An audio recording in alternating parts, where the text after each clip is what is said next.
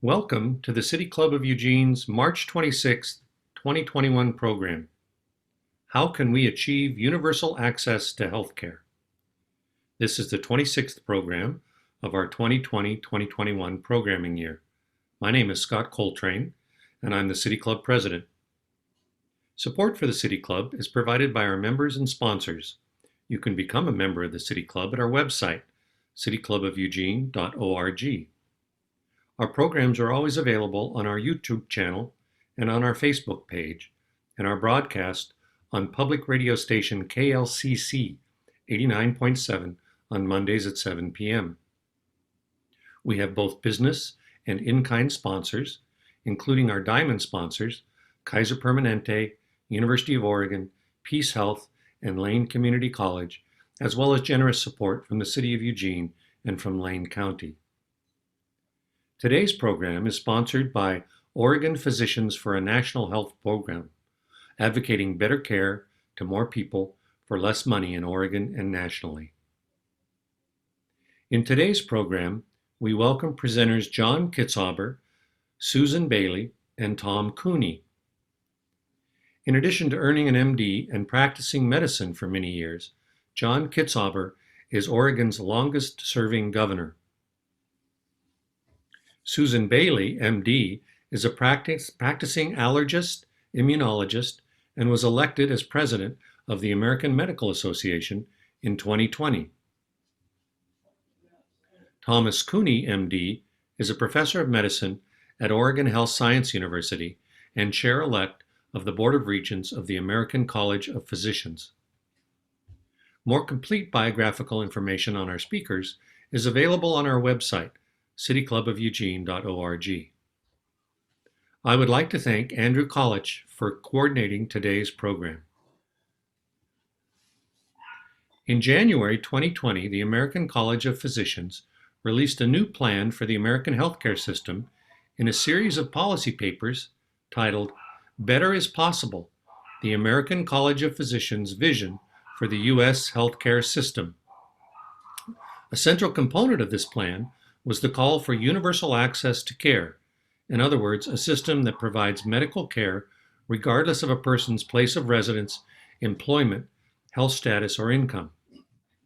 This call placed the American College of Physicians in conflict with many other medical organizations, including the American Medical Association, which in 2019 narrowly rejected a call to endorse single payer and has instead focused on other solutions to improve access to care. We are proud to welcome two amazing leaders from these organizations to share their perspectives. We are also lucky to have former Governor John Kitzhaber as our moderator. Governor Kitzhaber will share insights about the challenges and opportunities he confronted in seeking to modernize Oregon's healthcare system. And he will lead the question and answer portion with the panelists and a few City Club members and guests. Hi, my name is Andrew Kallick, and I'm a member of the program committee of the City Club of Eugene and the coordinator of today's program. Thank you so much for tuning in to this important conversation about how to achieve universal access to healthcare in Oregon and throughout the country. We've got a tremendous group of experts waiting for you today. We're going to have their opening statements now, followed by Q&A and some questions from our live virtual studio audience. So without further ado, I'm going to hand it over to former Governor John Kitzhaber of the state of Oregon. Governor Kitzhaber. Great, thank you. Thank you very much, Andrew. And I want to thank the Eugene City Club for sponsoring this forum and also for inviting me to moderate what I think will be a very interesting and timely conversation with two great leaders of American medicine, Dr. Susan Bailey and Dr. Tom Cooney, at a time when I think leadership is certainly at a premium in our country. Dr. Bailey, it's an honor to meet you and to give you a warm virtual welcome to the great state of Oregon here. And Tom, it's always good to see you, and it's great to be on a panel with you. The topic today, as Andrew said, is how do we achieve universal access to healthcare, which is something that both the American Medical Association and the American College of Physicians are keenly interested in. And in the next 20 minutes or so, our two guests are going to describe how their respective organizations are trying to meet this challenge of universal coverage. I've been asked to take a few minutes at the beginning here and sort of set up the conversation, maybe provide a bit of a larger context. So to do that, I want to add a second question to the title of our conversation today: how to achieve universal access to healthcare and how to keep Americans healthy, which aren't necessarily the same thing. And I think most of us at the end of the day are interested in health. So in other words, I don't think most of us actually want to need medical care or want to be patients in the US healthcare system. We'd much rather be healthy, right? Now, obviously, when we're sick or injured, we need access to affordable quality medical care, which is why universal coverage is so very important. But in a sense, healthcare is a means to an end rather than an end in itself.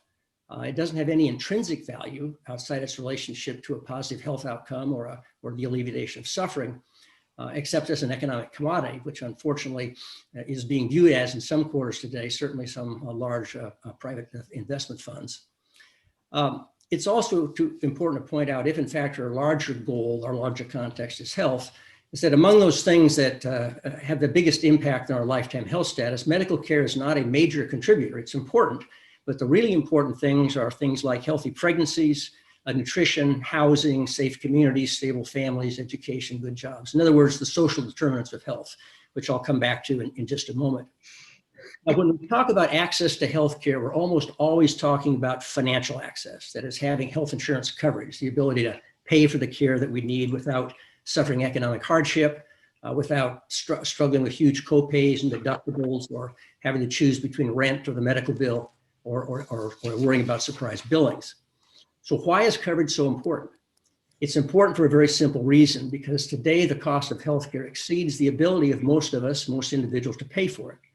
In fact, if you think about it, healthcare is the only economic sector that produces goods and services that most of its customers can't afford.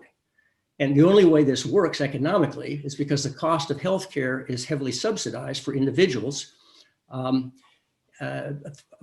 increasingly with public resources. So let me give you an example. Let's say that the unit cost of healthcare is $100 a month, but your household budget only lets you pay $75 a month until you have to start cutting back somewhere else.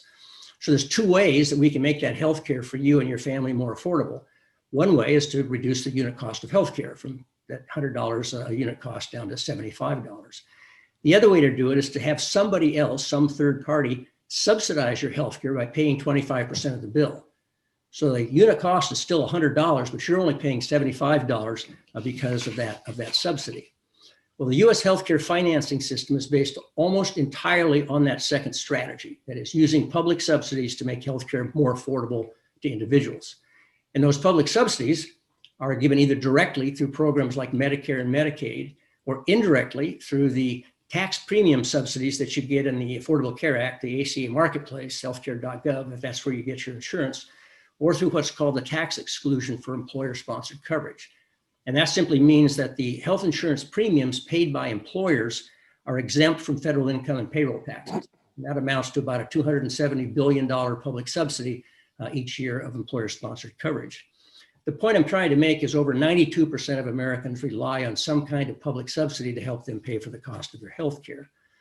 Now, we still have almost 30 million people with no health insurance coverage, and they're joined by tens of millions of people who might have workplace-based coverage, but they're facing co-payments and deductibles so high that for all practical purposes, they're uninsured.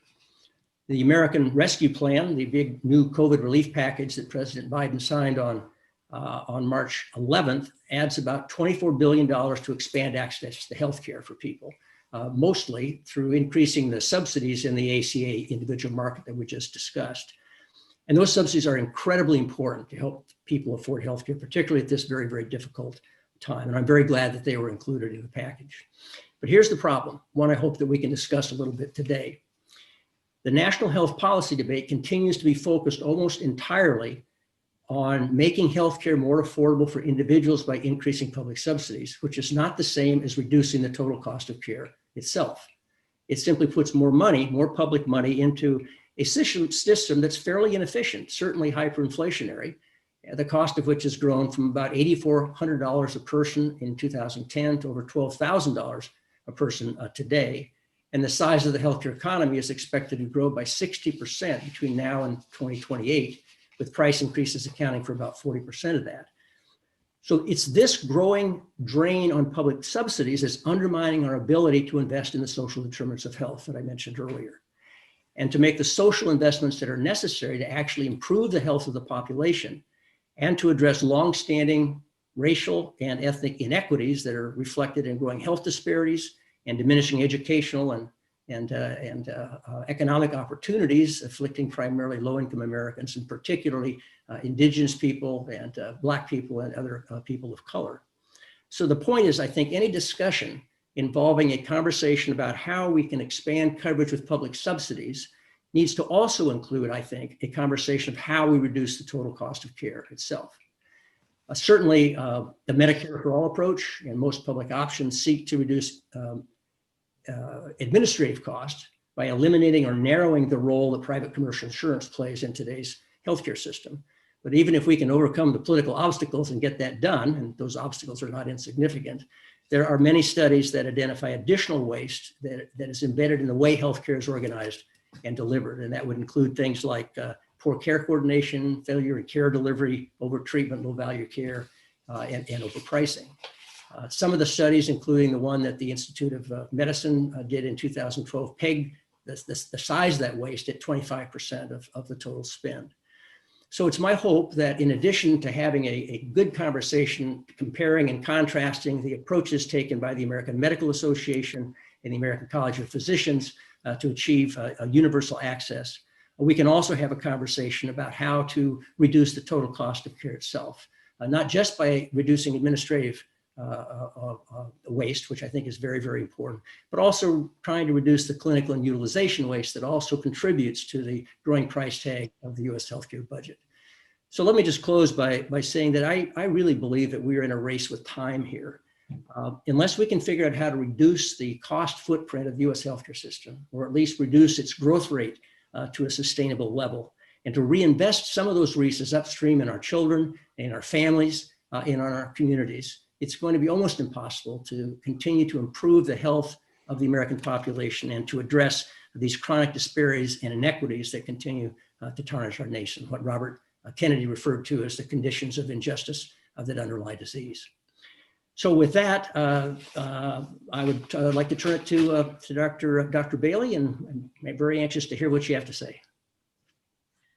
Thank you so much, Governor, and thanks to the City Club of Eugene for having me today. I wish we could all be together in person, but this is the next best thing. So I'm very grateful for the opportunity. Excuse me. As the governor said, I'm Dr. Susan Bailey. I'm the current president of the American Medical Association. I'm also an allergist, immunologist, and independent practice in Fort Worth, Texas. So my perspective on health reform and universal health coverage comes from my position as head of the AMA and also as a practicing physician in this very challenging time. Of course, we didn't need a pandemic to tell us the importance of people having access to the health care and health coverage they need. But the devastating impact of COVID-19 has brought new urgency to this conversation. Resulting from this urgency, critical improvements to the Affordable Care Act were included, as the governor mentioned, in the most recent American Rescue Plan Act of 2021. And under that, effective this year and next year, but not forever, individuals and families eligible for financial assistance to purchase coverage on the ACA marketplaces will get more help so that they're better able to afford the premiums.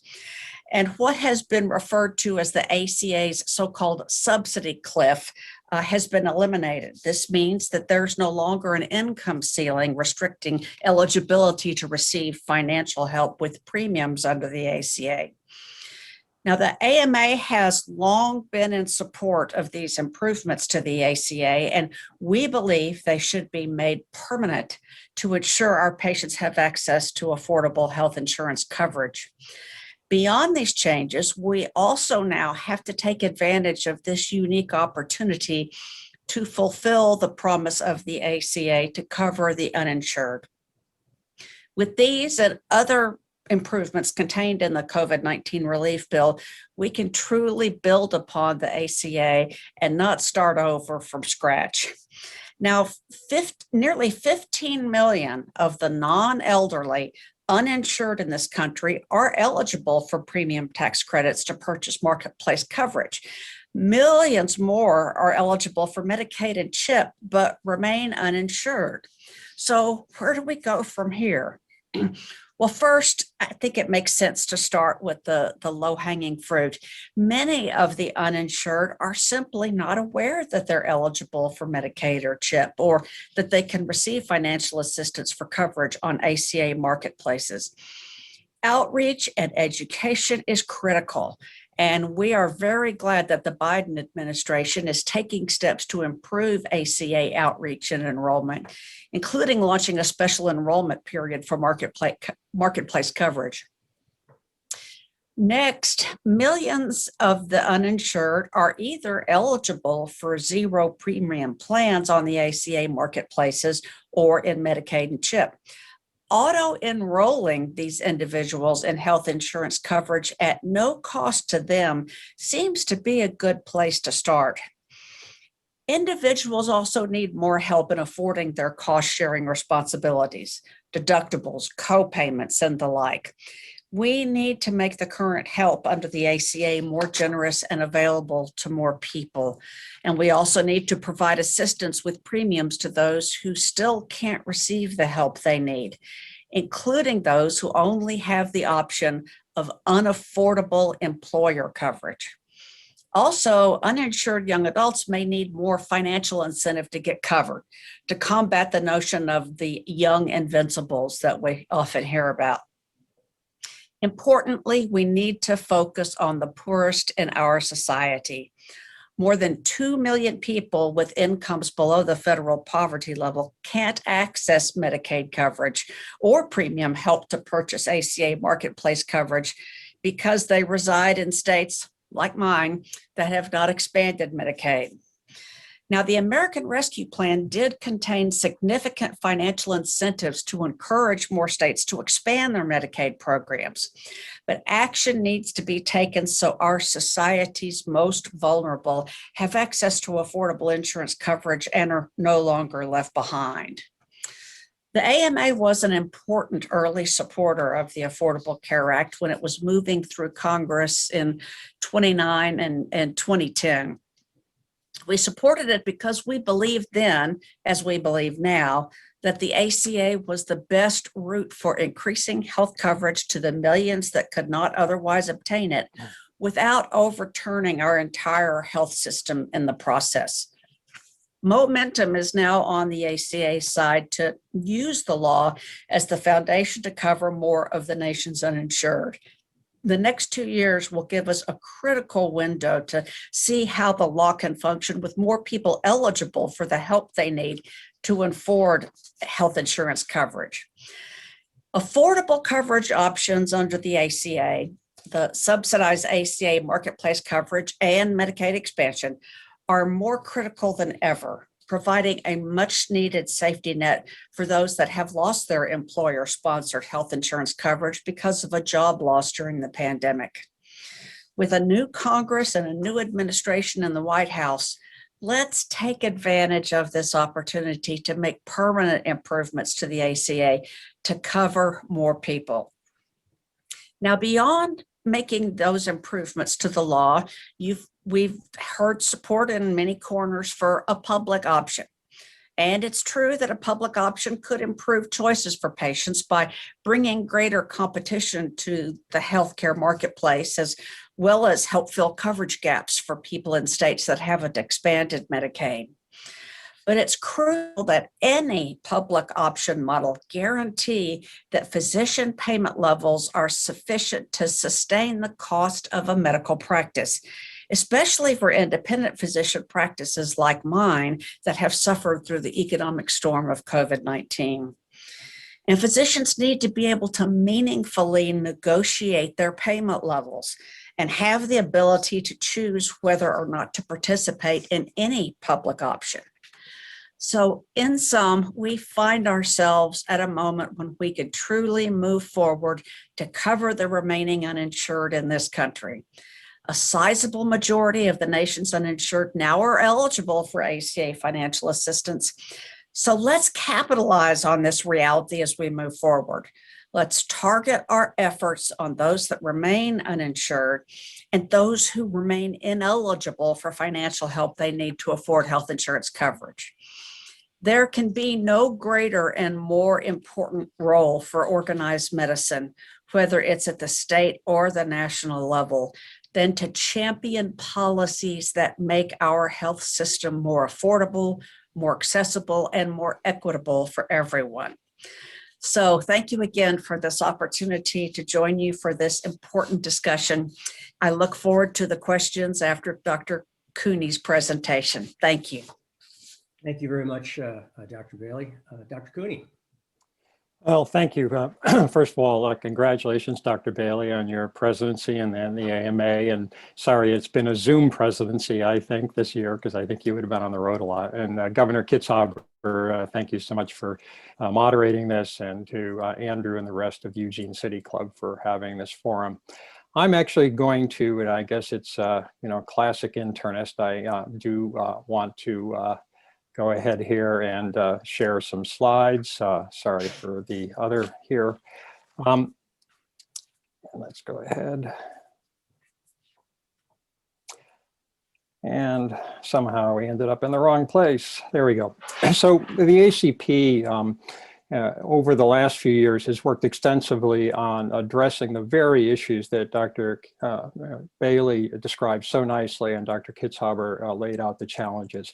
And we have sort of labeled this effort what we call Better is Possible, and it's our vision for how we achieve universal access to healthcare in the United States.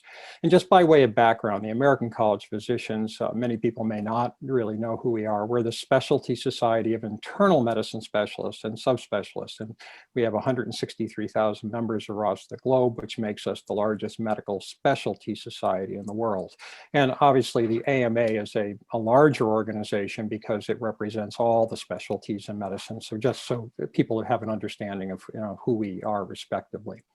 So as we addressed our Better as Possible, we wanted to create our vision for a better healthcare system. And it included a lot of the elements. And I think already you're hearing from both the governor and from Dr. Bailey about what those elements might be. One is we feel every American has to have coverage at a cost and this is really critical because Governor Kitzhaber brought this up, at a cost the country can afford. Those there should be essential services, which are in many cases covered at no cost to patients. That really importantly, payment and delivery systems would focus on value to patients for the value of the care provided by them and by their physicians. And this is sort of a nice way of saying, let's stop paying for volume and let's start paying for value. And it would overcome barriers to care, including social determinants of care, of health and discrimination in care. And if anything, this last year has told us how important investment in public health should be, and that's really part of ours. So as we embarked on this journey for Better as Possible, we asked a series of questions. One, why do so many Americans lack coverage for the care that they need? Why is the US healthcare so expensive and therefore unaffordable for many? How do delivery and payment systems affect costs, access, quality, and equity? What barriers to healthcare, in addition to coverage and cost, do patients face, and what are some of the issues around social determinants? We conducted a very thorough review of the economic, public health, public policy, and social sciences literature in order to answer these questions. And what do we find? We found that American healthcare is 1, too expensive, 2, it leaves too many without coverage, it spends too much on administrative costs, it results in inequitable outcomes, it undervalues primary care, it undermines the patient-physician relationship, it enables social and economic circumstances to dictate health and health outcomes, and it grossly underinvests in public health. Just to highlight a few of our findings, and we could go on for the entire time with this, but just as one example, the US spends far more on health than any other industrial country by far. And that's a combination, as the Governor Kitzhaber outlined, not only of public spending, but private spending and out-of-pocket spending. We spend far more than others, and yet we have, for the most part, worse outcomes. Just as one example, we have the highest rate of avoidable deaths among our peer countries. And even despite being insured, many Americans really report increasing difficulty affording their health care. They report that it's becoming increasingly difficult to afford the cost of their health insurance each month. They're increasingly difficult to afford the co-pays for their doctor visits and prescription drugs, and increasingly difficult to just to pay the deductibles that they have to pay before their insurance kicks in. So this led us, therefore, to develop a series of policy recommendations with the supporting evidence that we could call from the economic, social sciences, and related literature. And we published these in January of 2020 in a series of papers that were published in the Annals of Internal Medicine. And I'll put a link into the chat here in just a little bit for these articles, which are all open source. And so, but the four principal papers that were in the supplement were, one, our summary paper, which we labeled the call to action by the college. We addressed, as was alluded to here by Governor Kitzhaber and Dr. Bailey, issues around coverage and cost of care. We very importantly spent a great deal of time and text on the healthcare delivery and payment system reforms. And then critically, and I'm glad Governor Kitzhaber brought this issue up, we addressed reducing barriers to care and addressing social determinants of health. And just in the last couple of minutes here, I'll just very high level view of where we landed. First, we really felt that the United States needed to transition to a system that achieves universal coverage with essential benefits and, very importantly, lower administrative costs. We felt the coverage should not be dependent on a person's place of residence, their employment, their health status, or their income. And the coverage, as I think Dr. Bailey was really getting at when she talked about reimbursement, has to be ensure that there's sufficient access to clinicians, hospitals, and other sources of care. We identified really two pathways. One is either through a single payer financing approach, or two, as Dr. Bailey alluded to, a publicly financed coverage option that could be offered along with, and this is very important, a regulated private insurance market. Now, clearly, single payer and public choice models will have advantages and disadvantages. Under a single payer plan, everyone would have the same coverage to the public plan. There would be much lower administrative costs, and it would be more equitable care because of the level playing field. But clearly, it would be more disruptive because there would be limited or no role for private insurance. And I think Dr. Bailey has already alluded to this. Under a public choice option, again, everyone would have coverage, but it would either be under the public plan or through regulated private insurance. It would lower administrative costs, but there would be less savings than with single payer. It would be more equitable than the current system, but less than under a single payer. It would require much more market regulation, but it would be less disruptive because there would be a continued role for private insurance and the kind of independent practices that Dr. Bailey practices in. I just want to mention quickly some of the issues around delivery and payment systems reforms, because we recommend increasing payments for primary and comprehensive care services. The U.S. grossly underinvests in primary care. We would redefine the role of performance measures to focus on value and get away from the issue of volume, as Governor Kitzhaber mentioned. We would eliminate the sort of check the box reporting of measures, which bogs physicians down and keeps us away from the bedside and the time with our patients. And we would better align payment incentives with better outcomes and lower costs. And finally, really focus on ending unnecessary, inefficient, and administrative requirements. I look forward to having more time to talking about the social determinants aspects that Governor Kitzhaber so appropriately emphasized, and just to highlight that our earlier 2018 paper goes into even greater detail, and again, would direct people there. So in summary, we do think better is possible and that we can ensure coverage for all, and using either the two approaches we described. We believe all persons that would be enrolled in a plan that covers essential benefits, and that they should, the mandatory enrollment that Dr. Bailey referred to. I think their essential benefits should be established through a process that includes physician and patient and other stakeholder engagement, very much like what Governor Kitzhaber did years ago with the Oregon Health Plan. Eliminate patient cost sharing that creates barriers to evidence-based high value and essential care, and recognizing that these approaches could result in a substantial administrative savings, and that would also reduce burdens on physician and patients. I would also highlight that we did examine market-based approaches and that we felt that none would achieve our vision for universal coverage and access to the care that people need. And this is really the key part, at a cost that we and the country can continue to afford into the future. So I thank you for giving me some time to share those thoughts, and I really look forward to our discussion. That's great. Thank you very much, Tom. And when I read your paper, I saw the notation of you who have to have a way to define essential benefits. And I thought of the original Health Services Commission back in the day, which is still operating, by the way. Yeah. Let me just start with a pretty broad question. Given the difficulty in moving significant legislation through a deeply divided Congress, how can we get the House of Medicine on the same page? What are the areas of sort of commonality between the ACP approach and the AMA approach that could give us more political juice on both sides of the aisle, particularly over the next couple of years? Dr. Bailey?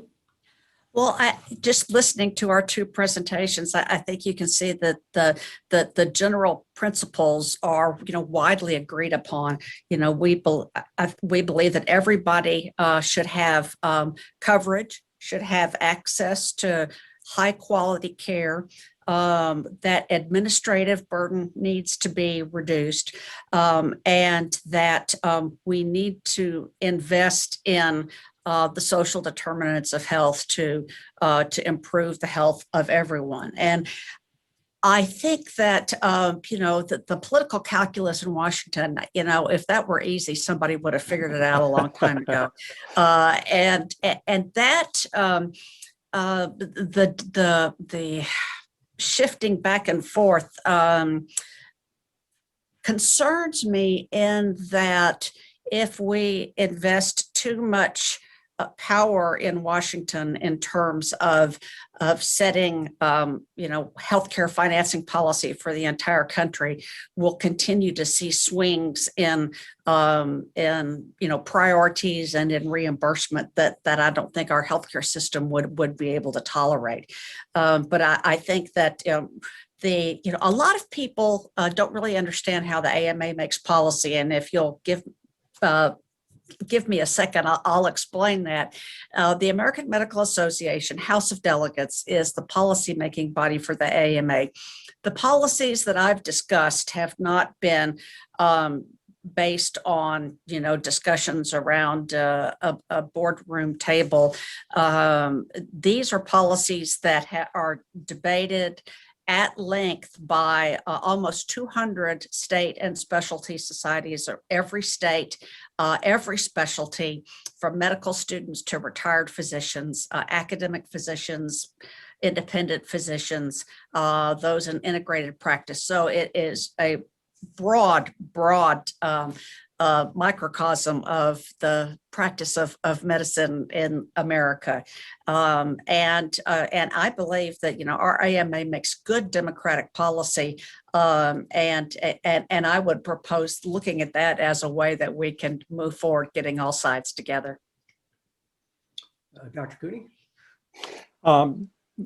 Dr. Bailey, thank you for that. And actually, what's really fun about this is I'm used to seeing you up on the Jumbotron at the House of Delegates meeting, where she has presided previously as speaker. And she's absolutely right. The House of Delegates is this really probably feels a little bit chaotic at times, but wonderfully democratic and spirited development of policy.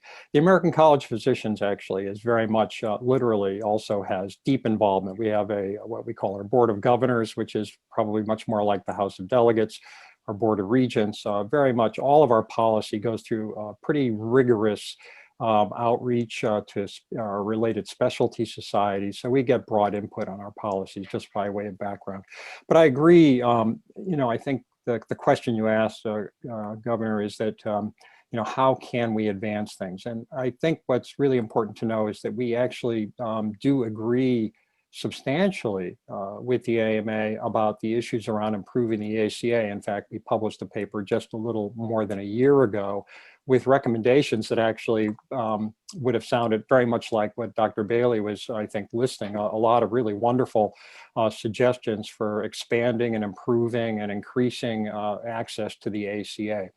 And I would agree that the challenges we face and what is clearly a razor-thin margin in our federal level legislation makes advancing sort of more comprehensive reform, at least in the near term, much more challenging. And I think where the opportunities will be in the near term are going to be around issues related to ACA and others. And unfortunately, at least the last round, it looks like it will largely be through reconciliation, because at least to date, we haven't figured out how to get support across the aisles on these issues. So, I don't know the answer, and I think Dr. Bailey was spot on. Certainly, if we had figured that out a long time ago, we wouldn't be having this particular conversation. So, in the short term, I think it's going to be focusing on expanding opportunities through the ACA and the related things of Medicaid expansion. So the good news is we're seeing states that had long resisted expanding Medicaid now moving in that direction. So I think actually much of the work is going to be probably at the state level in many cases, and we'll have to see what we can expand on at the federal level. Would a single payer option pass in this current Congress? I think we know the answer to that. It wouldn't even get a hearing. But we do think that there's ways forward, and we look forward to working with groups like the AMA to try to keep us all moving forward towards the goals that we all have. Let me put something on your radar screen in this vein, and then we can talk about the social determinants. As you pointed out, I think, Dr. Bailey, these increased subsidies and incentives are really for 21 and 22.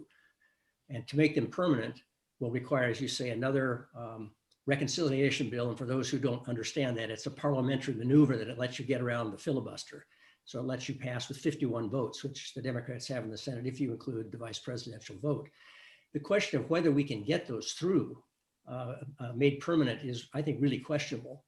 And we could theoretically have a situation 2 years from now when we fall off a cliff. If you recall, during the Great Recession, a lot of the money that propped up the Medicaid program, $86 billion in the American Recovery and Reinvestment Act, sunsetted in 2011. So just as we were coming out of the recession, Oregon lost $625 million in the Medicaid budget. So I'm sure your organizations are really looking at that, but my biggest concern is not, what we did in the American Rescue Act is excellent, and we needed to do it. My concern is getting the politics together to make that permanent. And I think that's a real question at this point.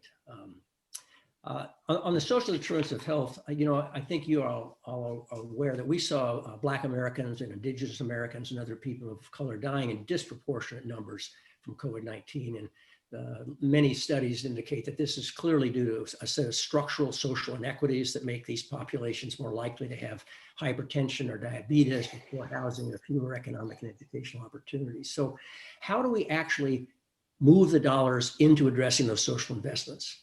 And that's my biggest concern about the size of the healthcare budget relative to the size of the medical budget versus the social budgets in other OECD nations. So do you have any thoughts on how we can practically actually make those upstream investments, which is really where we have to start, I think. Let's start with you, Tom. Thanks. So a couple of quick thoughts about that. First is, you're absolutely right. I think you emphasized in your opening remarks the difference between health and healthcare.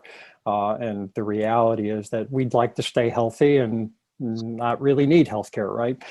That would be a wonderful aspirational goal. But the reality is, that's not where we are.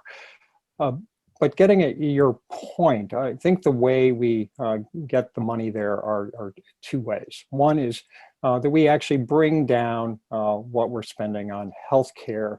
And we do that, I think, through a variety of mechanisms. And I think that you both already alluded to some of those. First is, I just can't help commenting on Huey Reinhardt's famous statement, it's the price is stupid, right? We know that, first of all, what people get charged and what gets charged really has almost no rational basis.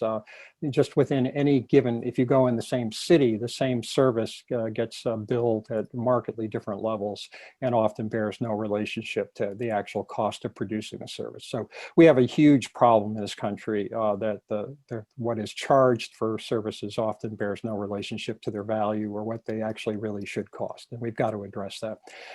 The second is that the reality is our fee-for-service system, and it's just human behavior. It's just we're all human, and it drives volume. There's just no getting around that. And there's, as long as we rely on a fee-for-service system, rather than a value-based system, and we can get into that in a moment, I think we're going to see we won't achieve the savings that we need to do. The other observation I want to make, because it's really relevant to the solution you're talking about, is that the core issues around the social determinants of health are not actually healthcare budget issues. They're issues around poverty. They're issues around food policy. They're issues around access to equitable educational resources. So, as you're saying, we have to have money to spend there. And I will say that the recently passed legislation is actually one of the biggest improvements we have seen that will address social determinants of health, because it's going to lift an enormous number of children out of poverty. We need to make that permanent and keep those kids out of poverty, because that probably will have a bigger impact on their health than many of the other things that we do in healthcare systems. The other observation, and then I'll look forward to Dr. Bailey's comments on this, is that if you look at total sort of spending related to health and healthcare in our sort of comparator countries, they're actually similar. Mm-hmm. So they spend less on healthcare, but they spend a lot more on what I would call sort of social services and social structure. So in the end, we'll ultimately probably, if we were to, in a perfect system and I could just, wave a wand and change it, we would spend a lot more on those elements. We would still have high quality healthcare, but be spending less on that high quality healthcare. And we probably would overall have a healthier population that could contribute more to our economic development and our productivity and everything else. But Dr. Bailey? Thanks, Tom. The AMA's Council on Medical Service, which is essentially our socioeconomics council, issued a very long and thorough report on the social determinants of health and how to incentivize these efforts. And, the first thing, we believe very strongly in public-private partnerships. And at all levels of government, we think that would be helpful with the private sector, with philanthropic organizations, with faith-based organizations, community-based organizations. The AMA is currently participating in an effort in Chicago on the West Side, investing in the businesses in this part of Chicago, and then measuring health outcomes by investing in non-health related issues. And so we're very anxious to see how that will proceed. But we also need to look at the gathering of data to find out, well, what works. We in our hearts know that people need and deserve good housing and food and nutrition and education, but what efforts really make the most difference? And I think that we need to study that very, very carefully, encouraging pilot programs addressing non-medical issues that impact medical outcomes. And I think Tom's comment about how other nations, spend less money on healthcare, but more money on some of the social issues is fascinating. And I would love to see some of that data. But when referring back to the slide that you showed, Tom, in your talk about what is spent in various countries for health, I have, as an AMA leader, had the privilege, not as much as I would have liked this past year because of the pandemic, but to visit other countries and visit their health systems. And it was fascinating to participate in discussions at the British Medical Association's House of Delegates. And over, I heard the refrain, we don't spend enough on healthcare. We need to spend more on healthcare. We need to increase the amount of our GDP that is spent on healthcare. So, yes, I think we can all agree that ours is too much. UK's may or may not be too low, but, where's the Goldilocks that's just right? So, Andrew, do you have a question from your audience there that you'd like to get in? Yes, we have a couple of folks who have submitted questions. Michael Huntington, feel free to turn on your video and ask one of your questions, at least to start, of our panelists. And you can choose which one you'd like to ask. Okay, the first one I had here is this question. Value-based payment, shifting insurance risks onto providers of care, introduces unwanted incentives to skip on care and avoid care of sicker, more complex and socially disadvantaged patients and populations. In other words, cherry picking. The value-based solutions involve pay for quality outcomes and risk adjustment. Still, both are far too complex to do accurately, and they are failing to deter skimping on care and cherry picking by healthcare systems, hospitals, and doctors. Can we shift from this well-intentioned alternative to standard fee-for-service to a better fee-for-service based on time spent with the patient and documentation and the provider's level of training? Much simpler, fairer, and resulting in decreased burnout per providers. Better yet, salary all providers under a publicly governed global budget for the state. Whoa, it's quite a question. Tom? Wow. Michael, thanks for that. There's a lot to unpack there, I would say. So I guess a couple of things. One is, I think you actually finished in a really fascinating place, which was global budgeting, which is a little bit different approach than is the value-based approach, and does, I think, offer an example of a way to, one, avoid some of the kind of risk of, as you say, cherry picking. And I would just highlight our current system. I mean, we know that insurance companies love nothing better than to insure healthy people and to avoid insuring not healthy people. So there's always, I think, incentives for there to be cherry picking. One of the attractiveness of a global budgeting system, particularly if you just have a population of patients for whom you're responsible and you don't get to sort of cull out the less attractive ones, is that then you can then organize the system of healthcare in which you're working to really meet the needs of that population and move the resources around and right size everything. So, for example, that you don't have an excess of technology, that you don't have an excess of very high cost, of expensive subspecialists beyond what you need that drive volume. You can hold yourself accountable. I think we've seen that actually with, for example, the pandemic and the ability recently of whether systems were able to respond because they were globally budgeted or not. It was, I think as Dr. Bailey alluded to, this pandemic has been devastating to both hospitals and to independent practices because particularly, I'll speak surgical practices. I mean, my goodness, they were really slammed because they couldn't operate, their volumes were down, where paradoxically, other types of practices.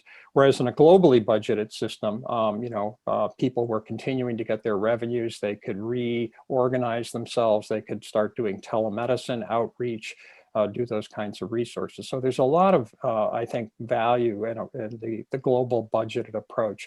The value-based gets around some of the issues of, paying for volume rather than value, but there's disagreements about which value, how do you measure the value, et cetera. So it's not at all perfect. And I just want to return, I think, Dr. Bailey, you were spot on when you said, you go to the UK and they want to spend more. I think we would all agree that there is no perfect system. And wherever we get, I think we're always going to be looking to make better, wherever we get to, we should always be looking to make it better. Michael, Doc- oh, good. Dr. Huntington, I'll try to take a stab at the many issues that you brought up. First of all, just my personal concern with value-based care is, like Dr. Cooney said, the difficulty in defining value. Value means one thing, and it means, to a surgeon, it means another thing to an allergist, it means another thing to a pathologist. And who defines the value often decides, where the money goes.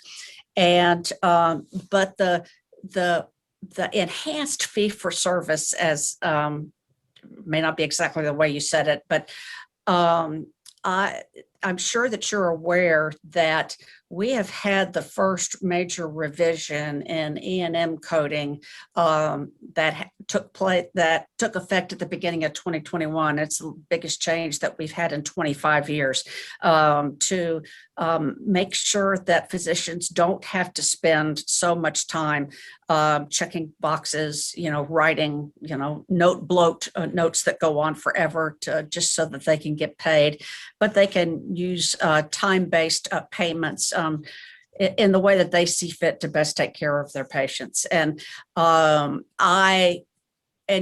I'm just going to throw one other, thought out there, and we can move on to the next question.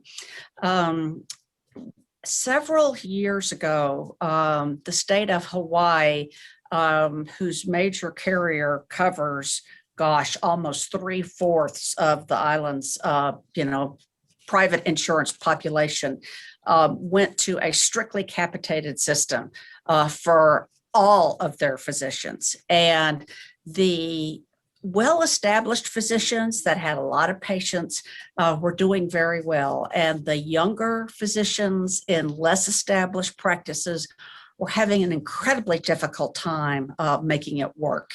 And I think that just shows one of the pitfalls of sudden major shifts in payment policy, how that can affect a physician population and structure that's not really ready for it. Michael, really quickly, we have an example here in Oregon. The coordinated care organizations operate on a global budget, which is, and the real cost savings there, and the global budget is based on some assumptions about the capitation rate. The real cost savings weren't from the rate, it was from the trend. We limited that to a 3.4% per member per year growth rate. And that's where the real cost savings are. So if you were to negotiate physician fees, if you're going to go to a capitated system, you have to make some assumptions on utilization benefit as well as the fee schedule. You can have a very generous, 200%, 250% of Medicare, you get front and load primary care, but the real cost savings is going to be then operating within that growth trend. And they're trying to do that in Massachusetts. We've passed one of those here in Oregon for the commercial market with I think a 4-year rollout. So I do think there's a way to if you decide that that's the rate you want to grow and create a glide path, as Dr. Bailey says, I'm very confident the system can get there. Thank you. We have a few minutes. We have a few minutes left. So maybe one more question from our live virtual audience. Sam Metz, if you want to ask, go right ahead. Thank you very much, Andrew. This is quite an impressive panel. A hypothetical, if all of the options were to preserve the average provider payment levels, should professional physician organizations favor a single payer option, a public option, or protecting the Affordable Care Act? Got to go to one of the doctors from the professional organizations. I have no portfolio. That's quite a hypothetical. I think one concern that I have is that we all know that there's much more to making our practices run smoothly and taking good care of our patients than the fee schedule. What is the liability climate? What are the administrative burdens that I have to put up with? Prior authorization is just an incredibly destructive element in a physician practice in terms of taking time and depriving care of patients. A significant number of physician practices will tell you that they have had patients that have had dramatic adverse outcomes because of step therapy and prior authorization policies. And so I think that, for me, I would want to pick the system that, as an independent physician, gives me the most freedom to take care of the patients in the way that I choose, and minimizes my administrative burden, so that I can spend more time at the bedside. AMA data showed that for every hour a physician spends at the bedside, they spend 2 hours in administrative tasks. And to me, right now, that looks like an improved Affordable Care Act. Tom, you have anything to add there before we wrap up? No, I think Dr. Bailey has said it well. And, I think we have to be pragmatic. I think we have to just keep moving forward, always trying to get to the best possible place that we can, recognizing the very real realities of the political environment in which we operate and the changes we're trying to make. So the ACP's positions are aspirational. That's where we would like to get there, but we're going to continue to work on the same kind of issues that Dr. Bailey so nicely highlighted. Well, thank both of you for participating today, and I'll just kick it back to Andrew to close us out. Thank you very much, Governor, and thank you, Doctors Bailey and Cooney. Fantastic conversation and right on schedule as always.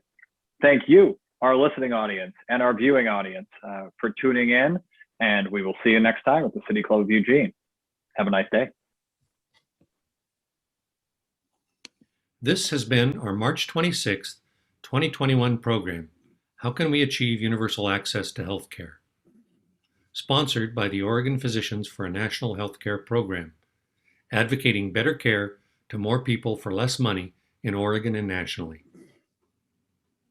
Before we proceed, I'd like to recognize our diamond sponsors. Kaiser Permanente exists to provide high-quality, affordable healthcare services and to improve the health of our members and the communities we serve. More information at www.kp.org. Support comes from the University of Oregon. Since 1876, UO has helped Oregonians question critically, think logically, reason effectively, communicate clearly, act creatively, and live ethically. More information at uoregon.edu. Peace Health is proud to serve Eugene, Lane County, and beyond. As your hometown healthcare partner for more than 80 years, our mission is to keep you and your family healthy. Learn more at peacehealth.org. Lane Community College transforms lives through learning. LCC provides comprehensive, accessible, high-quality educational opportunities that promote student success. For more information, visit lanecc.edu. I would also like to acknowledge our gold sponsors: Jerry Detelm, architect and landscape architect; Luvash Cobb, attorneys at law; and AARP of Oregon. And our sapphire sponsor, Summit Bank. Summit Bank is an independent community bank headquartered in Eugene, serving businesses and professionals in Eugene, Springfield, and Central Oregon communities. For more information, visit sbko.bank. Before we thank our speakers today, I have a few more quick announcements. Thank you to our in-kind sponsors, KRVM 91.9 Radio, Pack Info and Simplified Computing LLC, Dotson's Photography, and a special thank you to public radio station KLCC FM 89.7 for airing City Club programs on Mondays at 7 p.m. Our programs are always available on our YouTube channel and on our Facebook page. If you are a City Club of Eugene member, you can ask a question at a future taping of our programs. If you are not yet a member, you can join and then participate. More information is on our website, cityclubofeugene.org. Next week, our program focuses on Eugene Downtown Riverfront Redevelopment Project. A river flows through it. More details and information about future programs can be found online at the City Club's website, cityclubofeugene.org. Now, I would like to thank today's speakers for a great program. John Kitzhaber, Susan Bailey, and Tom Cooney, thank you very much for sharing your insights and expertise on this important issue. This concludes today's program. Be well and stay safe.